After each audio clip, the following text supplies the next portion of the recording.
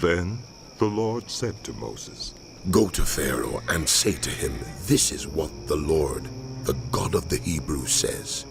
Let my people go so that they may worship me.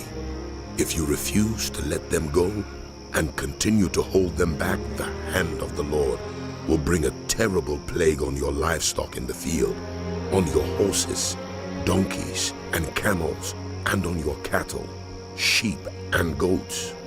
But the Lord will make a distinction between the livestock of Israel and that of Egypt, so that no animal belonging to the Israelites will die. The Lord set a time and said, Tomorrow the Lord will do this in the land.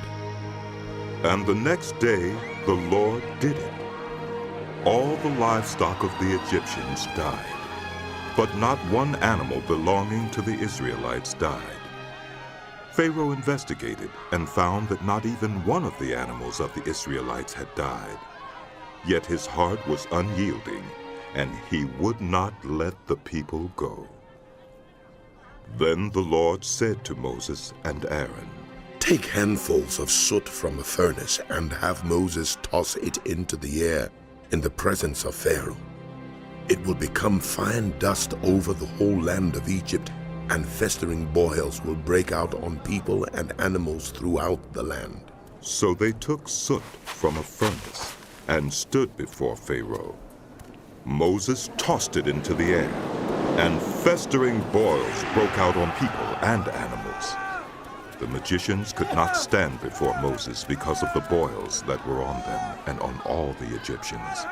But the Lord hardened Pharaoh's heart, and he would not listen to Moses and Aaron, just as the Lord had said to Moses.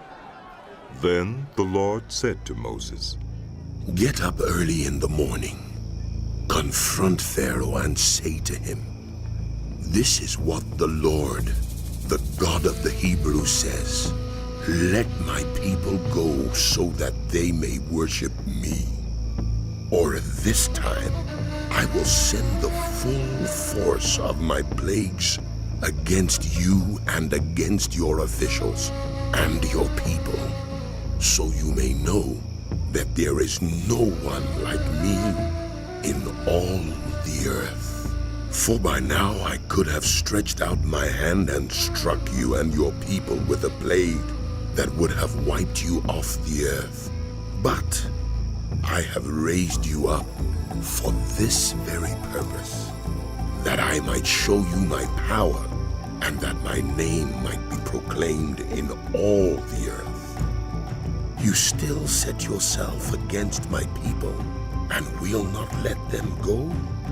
Therefore, at this time tomorrow, I will send the worst hailstorm that has ever fallen on Egypt from the day it was founded till now. Give an order now to bring your livestock and everything you have in the field to a place of shelter, because the hail will fall on every person and animal that has not been brought in and is still out in the field, and they will die. Those officials of Pharaoh who feared the word of the Lord hurried to bring their slaves and their livestock inside. But those who ignored the word of the Lord left their slaves and livestock in the field.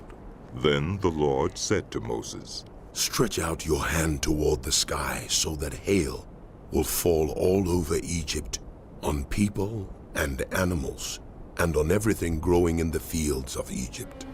When Moses stretched out his staff toward the sky, the Lord sent thunder and hail, and lightning flashed down to the ground. So the Lord rained hail on the land of Egypt. Hail fell and lightning flashed back and forth. It was the worst storm in all the land of Egypt since it had become a nation. Throughout Egypt, hail struck everything in the fields, both people and animals. It beat down everything growing in the fields and stripped every tree. The only place it did not hail was the land of Goshen, where the Israelites were. Bring me Moses Then and Aaron Pharaoh now. summoned Moses and Aaron. This time I have sinned. He said to them, The Lord is in the right, and I and my people are in the wrong. Pray to the Lord, for we have had enough thunder and hail. I will let you go. You don't have to stay any longer. Moses replied, When I have gone out of the city, I will spread out my hands in prayer to the Lord. The thunder will stop, and there will be no more hail. So you may know that the earth is the Lord's. But I know that you and your officials still do not fear the Lord God. the flax and barley were destroyed, since the barley had headed and the flax was in bloom. The wheat and spelt, however, were not destroyed, because they ripened later. Then Moses left Pharaoh and went out of the city. He spread out his hands toward the Lord.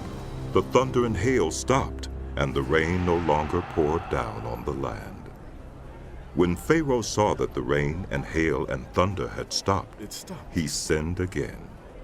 He and his officials hardened their hearts. So Pharaoh's heart was hard, and he would not let the Israelites go, just as the Lord had said through Moses.